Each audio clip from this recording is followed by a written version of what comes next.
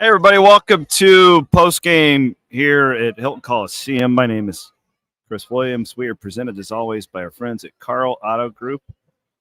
Wow, what a game tonight in Hilton Coliseum. Iowa State withstands a fierce rally from Houston. Iowa State got up 14-0 in this game, ends up winning it over the number 2 Cougars 57-53 on a night where the weather in the state of Iowa is just horrific everywhere. And you were just wondering coming here, what's the crowd going to be like? I thought it would be a good crowd. I thought it would be a late arriving crowd. It was a great crowd. It was a full crowd. It was one of those sicko crowds where only the real nutty clones were in the house. And this place was insane. From the opening tip, it helped that Iowa State got off to such a hot start. Let's talk about it, where it was really a game Iowa State needed because the Cyclones don't really have a great win. They don't really have a good win this year. I mean, VCU on a neutral floor, whatever. And then Iowa at home isn't looking great right now. I mean, it's an okay win. But this was a statement game, I thought, for TJ Otzelberger's team tonight. They really needed to prove that they were more than just a analytical darling that beat up on some bad teams in the non-conference, and they most certainly did that tonight. We'll get down to it. Really, first of all, I want to talk about Houston. It's rare in 2024 that any of us will sit there and really like to watch defense. That's one of the best defensive teams that I've ever seen come through Hilton Coliseum. Kelvin Sampson's team is the real deal. They're fantastic. They're going to be an absolute factor in the NCAA tournament. They're going to be a factor to win the Big 12 this year.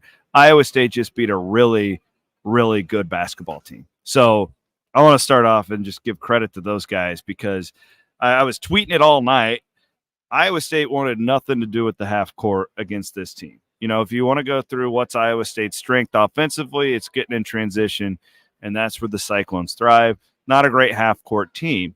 They're better than they have been, but that Houston team made every possession absolutely brutal for the Cyclones, who were able to force enough turnovers, were able to get enough stops to withstand that rally at the end. And more importantly, Iowa State made the free throws tonight. 18 of 22 tonight. All 4 misses from the free throw line came from Taman Lipsey. At one point, Taman, Iowa State's leading scorer on the night with 14. He was 1 of 5 from the free throw line tonight, but the Cyclones down the stretch made their free throws, go 18 of 22 from the line. What about Robert Jones, who couldn't make a free throw to save his life the last 2 years? He goes 4 of 4 tonight from the charity stripe. My opinion, there's all sorts of things that go into it. You know, I tweeted this with about, 13, 14 minutes left in this game. I thought Iowa State would win or lose it from the free throw line. And that's nearly what happened. Now, a couple of big stretches, big plays down the stretch. Great timeout by Otz with 40 seconds to go, 30 seconds to go, 10 seconds on the shot clock. They draw up the Momcilovic baseline fadeaway over 2 Houston Cougars. Milan with his first big Hilton Magic moment, I thought. You know that he's the guy Iowa State wants getting shots. That's why I told you all after the Oklahoma game I wasn't freaking out about it because Milan missed some shots down the stretch there that I think he'll make regularly in the Big 12. He's Iowa State's offensive killer, okay? I'm going to see that a lot this year. Close games, call a timeout, you're drawing up the play for Milan. That is absolutely the way they wanted to plan that thing. The other point I wanted to make is Hassan Ward and how big of a game changer I think number 24 is for Iowa State. Only 14 minutes tonight, but he has 9 points, 2 rebounds there, a couple of explosive dunks. Him and Curtis Jones connected twice on alley-oops. There's just not another player on Iowa State's roster. Oshun, maybe he could do that last year. We didn't see him do it consistently.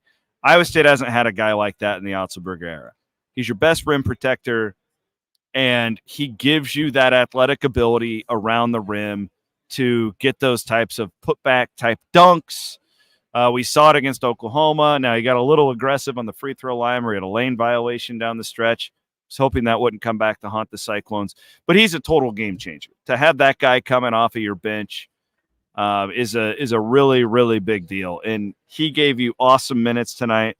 Even Demarion Watson in 8 minutes was effective, I thought, tonight in doing what they are asking him to do. So I wanted to applaud those. I thought the front court guys competed like crazy. Trey King was just 3 of 10 from the field, but 9 rebounds tonight for Trey. In a game where Iowa State struggled to rebound, Trey was the guy who was really cleaning the glass in 31 minutes. So I thought all those guys really should get a ton of credit. But Ward is just I can't tell. Is it a good thing that Hassan missed some games? And hear me out, because he's going to be so fresh down the stretch. That's the hope, as long as he can stay healthy.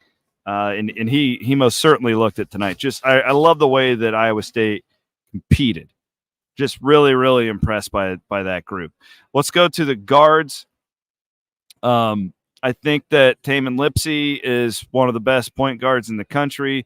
You all know that. 14 points tonight. He had 4 rebounds. Some rare turnovers. But again, guys, the pressure that this Houston team puts on you. I sat courtside tonight because I really wanted to see this Houston team up close and personal. I didn't want the upper view. I wanted to these are grown men.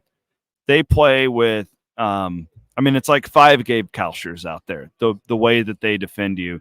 So I'm going to give Tamin a ton of credit for 35 minutes and in the basketball that he played. He is as tough as they come.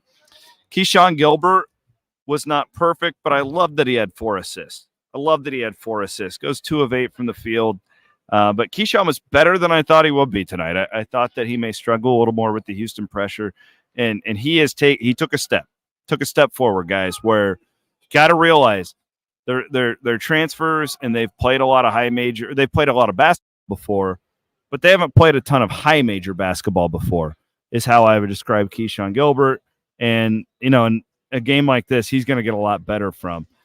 The other notes that I have. I actually thought Iowa State was pretty fortunate to have a 10-point lead at halftime. Iowa State went 7 minutes without a field goal in the first half. And that was my fear with this game, that this is an Iowa State team that can still, as much better as they are offensively, they will go in these ugly, ugly offensive stretches still.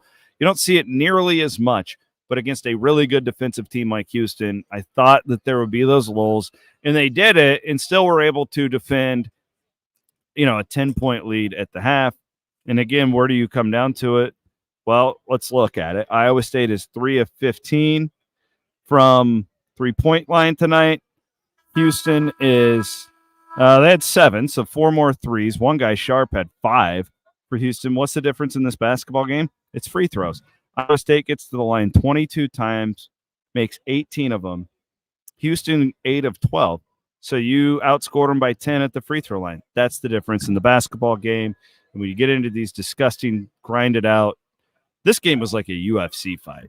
The first half especially was one of the most physical halves of basketball that I have ever seen covering the Cyclones. You knew it would be. I was surprised as to how far the officials let it go. But just a massive